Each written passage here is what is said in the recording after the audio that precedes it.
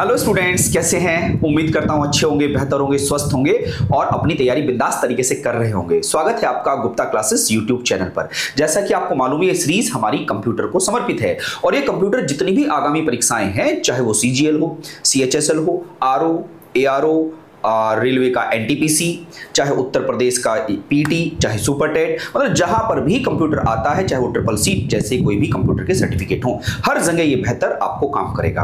बस आपका एक ही काम है, जो इससे पहले वीडियोज हो चुकी हैं उनका लाभ उठाइएगा, उनको रिवाइज कीजिएगा। आज हम पार्ट नंबर 7 आपके सामने प्रस्तुत करने जा रहे हैं। ठीक है, अब हम चलते हैं आज की यात्रा पर। सवाल कुछ इस तरीके से मैंने डिजाइन किए गए हैं कि जिससे कि सभी परीक्षाओं में ये आपको मैच करें। देखो, क्वेश्चन फर्स्ट है, निम्नलिखित में से कौन सुपर कंप्यूटर नहीं है? आप सबको मालूम है सुपर कंप्यूटर का मकसद बहुत बड़ा होता है।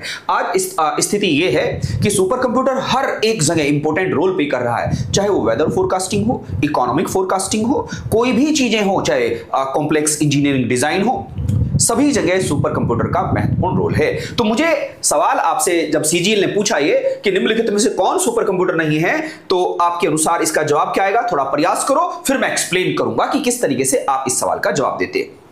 आप सबको मालूम है जो क्रे है, क्रे दुनिया का फर्स्ट सुपर कंप्यूटर था, क्रे 1। अब ये क्रे 3 लिखा है, तो आपको याद रखना क्रे सीरीज है सुपर कंप्यूटर की। जैसे हमारे देश में परम सीरीज है सुपर कंप्यूटर की, हमारे देश में परम है, परम सीरीज पूरी।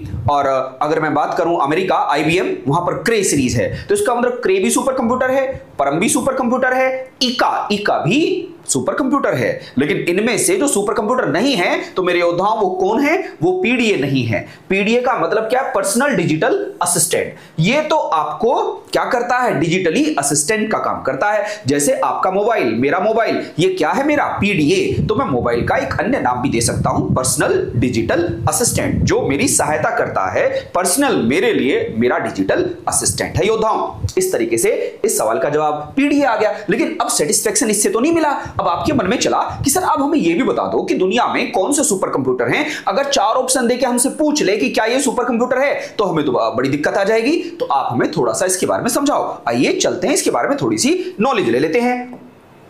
अब देखिएगा, आप सबको पता है आज दुनिया में सन 2025 जुलाई में, ये अगस्त में हम ये काम कर रहे हैं। आज अगस्त 2025, 26, 27, आगे भविष्य में जो भी कुछ चीजें होंगी, तो मैं यहां पर आपको बताते चलूं। फिलहाल अभी दुनिया का सबसे फास्टेस्ट सुपर कंप्यूटर कौन है? एल कैपिटन। क्या है? एल कैपिटन।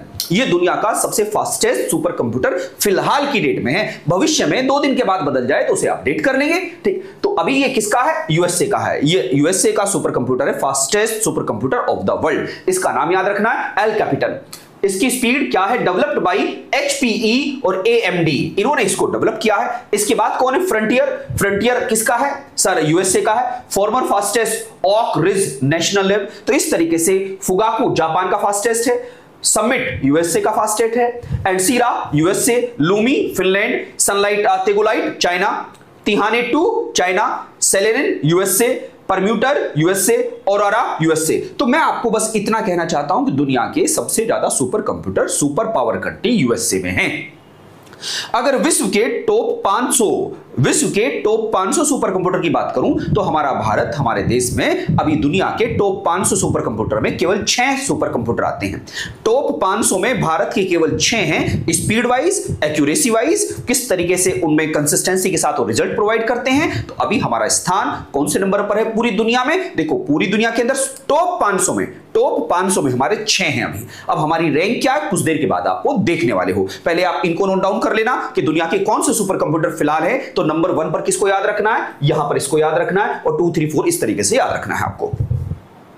अब आपके मन में आया, ठीक है सर, ये तो बात समझ में आ गई, लेकिन ये भी सुपर कंप्यूटर, मैंने कहा ये सारे सुपर कंप्यूटर हैं, इनका उद्देश्य अलग अलग है। तो यहां पर इक्का, अनुपूर्णा, ठीक है, ये सब अलग अलग कंसेप्ट हैं। प्रत्युष, मिहिर, सागा, आदित्य, विक्रम, इन सब का उद्देश्य अलग अलग है। अब आप कहोगे ठीक है सर, ये तो बात हमें समझ में आ गई, लेकिन अब आप हमें ये बताओ भारत का फर्स्ट सुपर कंप्यूटर कौन सा था? तो मेरे योद्धाओं, मैं आपको बताते चलूं, भारत का सुपर कंप्यूटर जो फर्स्ट था वो परम 8000 था। परम 8000 भारत का पहला सुपर कंप्यूटर था, फर्स्ट सुपर कंप्यूटर, जिसका फुल फॉर्म क्या है? Parallel machine. परम का फुल फॉर्म पैरेलल मशीन। इसका नाम क्या था? परम 8000। ये कब डेवलप हुआ था? 1991 में भारत में ये बना था।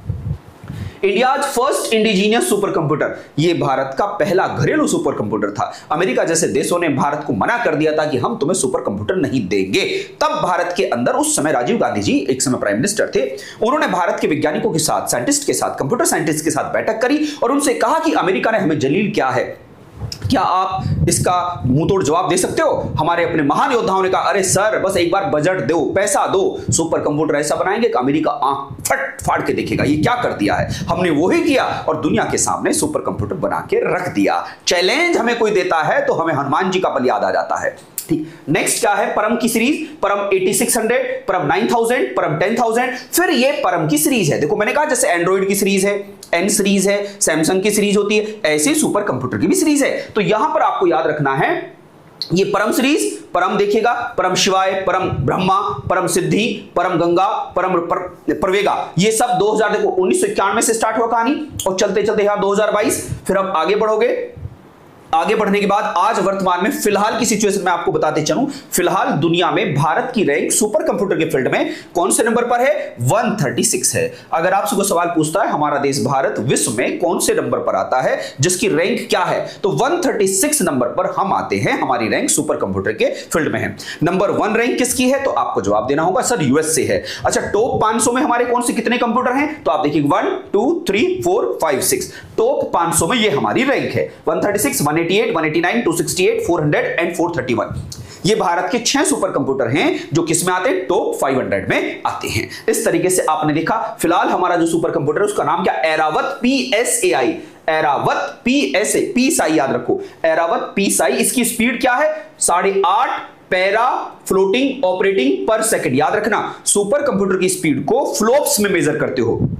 किसमें? फ्लॉप्स। याद रखना P से क्या बनता है? पैरा, F से फ्लॉप्स, ऑपरेटिंग पर सेकंड, P फ्लॉप्स में। और इसकी जो पीक है, जो सबसे ज्यादा स्पीड रही है वो कितनी रही है? 13.17। बस इतनी बात याद रखना, एवरेज इतनी है और पीक पर 13.17 है। तो भारत का फास्टेस्ट सुपर कंप्यूटर वर्तमान में कौन है, जिसका नाम क्या याद रखोगे? Airavat PSAI। First super computer of India क्या याद रखोगे? परम 8000। ये 2025 में फास्टेस्ट है और वो 1991 में भारत ने विकसित किया था। वर्ल्ड का फर्स्ट क्या याद रखना है? क्रे1। और वर्ल्ड का अभी लेटेस्ट क्या याद रखोगे? L captain. इस तरीके से सुपर कंप्यूटर की दुनिया में जो सवाल आ सकते थे मैंने आपके सामने उन सबकी चर्चा कर ली। ये भारत के टॉप 6 हैं, आप इनको देख लीजिएगा, आप समझ लीजिएगा, आपकी बात क्लियर हो जाएगी। आगे बढ़िएगा। नेक्स्ट सवाल है, एमएस वर्ड में कर्सर को टेबल के आगे सेल आप जानते हो सेल किसे बोलते हैं? अगर ये इस तरीके से है, रो और कॉलम का जो इंटरसेक्शन पॉइंट है इसको आप सेल बोलते हैं। क्या बोलते हैं इसको?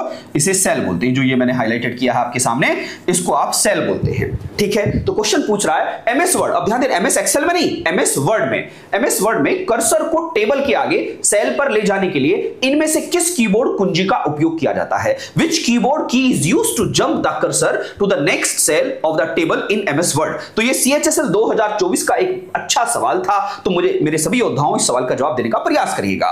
ठीक है, चाहे वो दिल्ली पुलिस जैसी परीक्षाओं में बड़ी महत्वपूर्ण परीक्षाएं 10 सवाल कंप्यूटर के डायरेक्ट आते हैं, बड़े आसान होते हैं और मेरिट में ऊपर नीचे लाने में बड़ा महत्वपूर्ण रोल प्ले करेंगे। आपको बस डट के टिकना है और आगे पढ़ते चलना है। ठीक है, तो आप सभी के जवाब की प्रतीक्षा में मैं हूं। तो आप सबने जवाब दिया है सर कौन सी की होती है? सर टैब की होती है। ठीक है, क्या होती है? सर टैब की होती है कंप्यूटर में। ठीक है, कीबोर्ड पर, तो उसके सहारे क्या करते हो? टेबल के आगे सेल पर ले जाने के लिए इसका प्रयोग करते हो। अब देखिएगा यहां पर in MS Word the tab key is used to move the cursor to the next cell of a table. ये मैंने आपके सामने रख दिया है जिससे कि मेरे योद्धाओं को समस्या ना बने।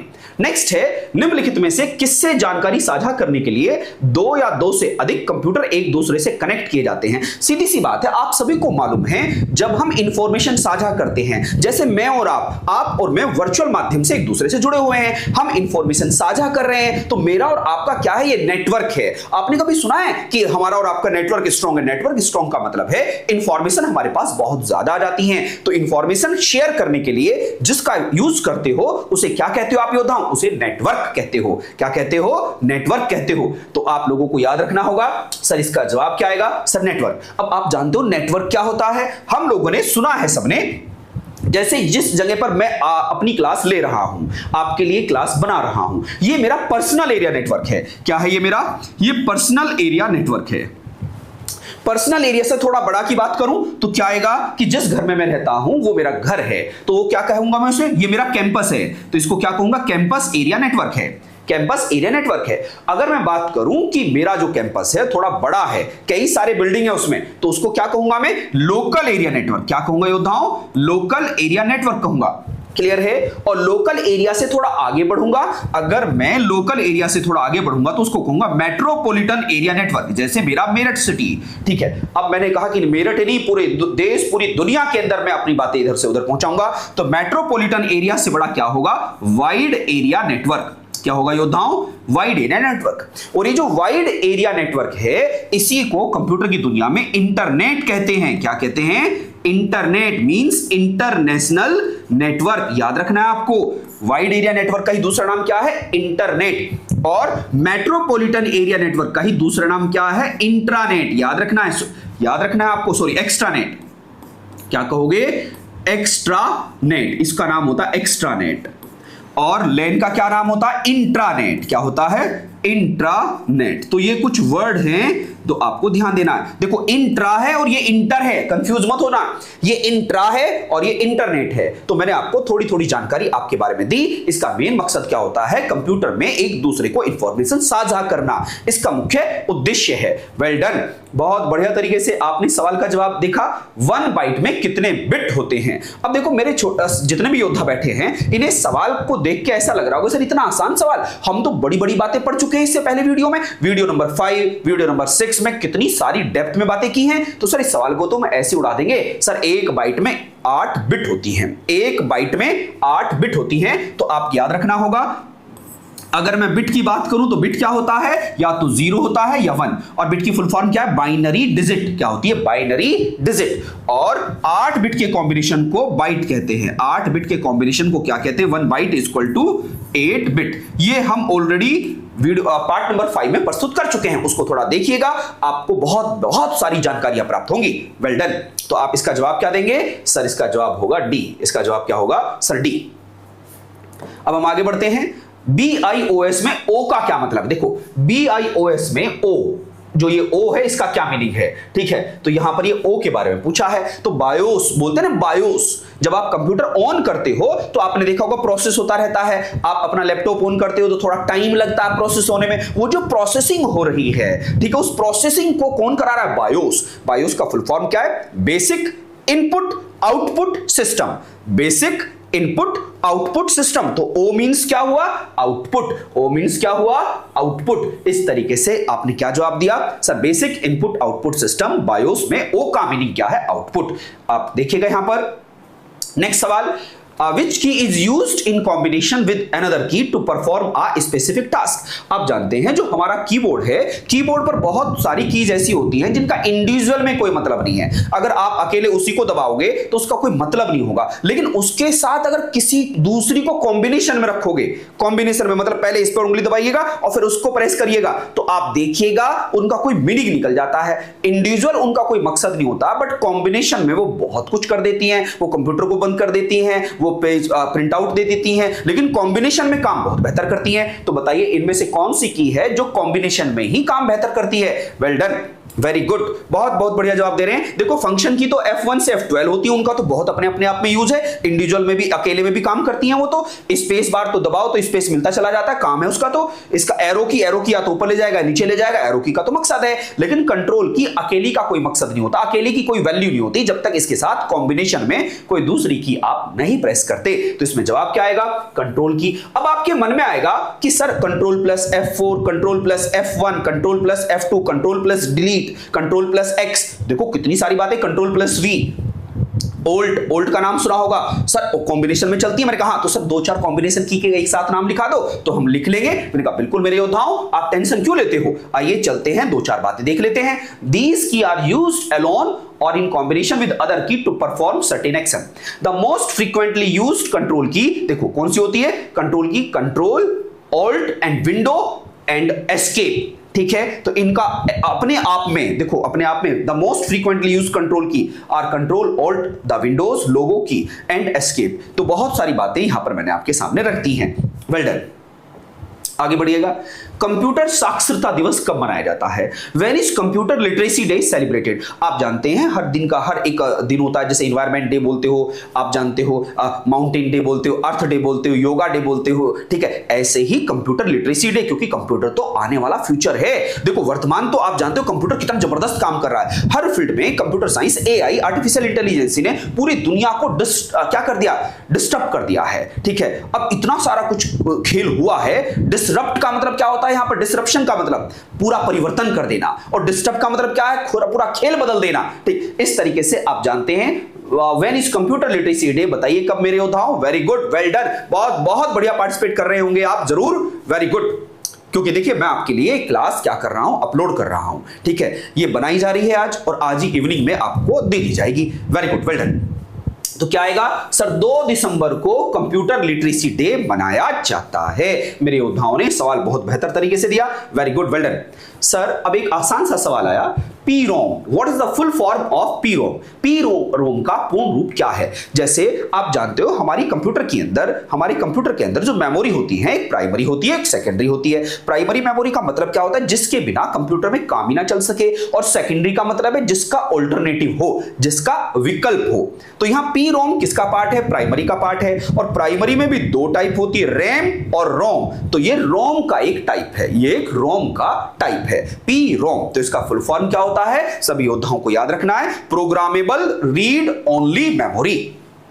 प्रोग्रामेबल रीड ओनली मेमोरी, ये किसका फुल फॉर्म है? सर ये पीरोम का फुल फॉर्म है। अगर हमसे कोई सवाल पूछेगा तो हम आसानी से जवाब दे सकते हैं। पीरोम, प्रोग्रामेबल रीड ओनली मेमोरी। यहां पर मैं आपको रोम की सारी कहानी एक बार बता देता हूं। ये रोम कितने टाइप की होती है? प्राइमरी मेमोरी होती है, याद रखना। देखो प्राइमरी में क्या होती है? रैम और रोम, ठीक है। अब वहां रैम की बात नहीं कर रहा, हम रोम की बात कर रहे हैं, read only memory. Read only memory का मतलब क्या है? जिस पर आप कुछ लिख नहीं सकते, केवल कंप्यूटर के इंस्ट्रक्शन होते हैं कंप्यूटर चलाने के लिए, ठीक है। तो केवल प्रोग्रामेबल रीड, देखो रीड ओनली कह रहा है। और जबकि रैम क्या होती है? Read write. रैम के बारे में याद रखना है, रीड राइट मेमोरी होती है रैम, जबकि रोम क्या होती है? Read only. तो ये कितने प्रकार की होती हैं? सबसे पहले रोम की फुल फॉर्म याद रखना, रीड ओनली मेमोरी।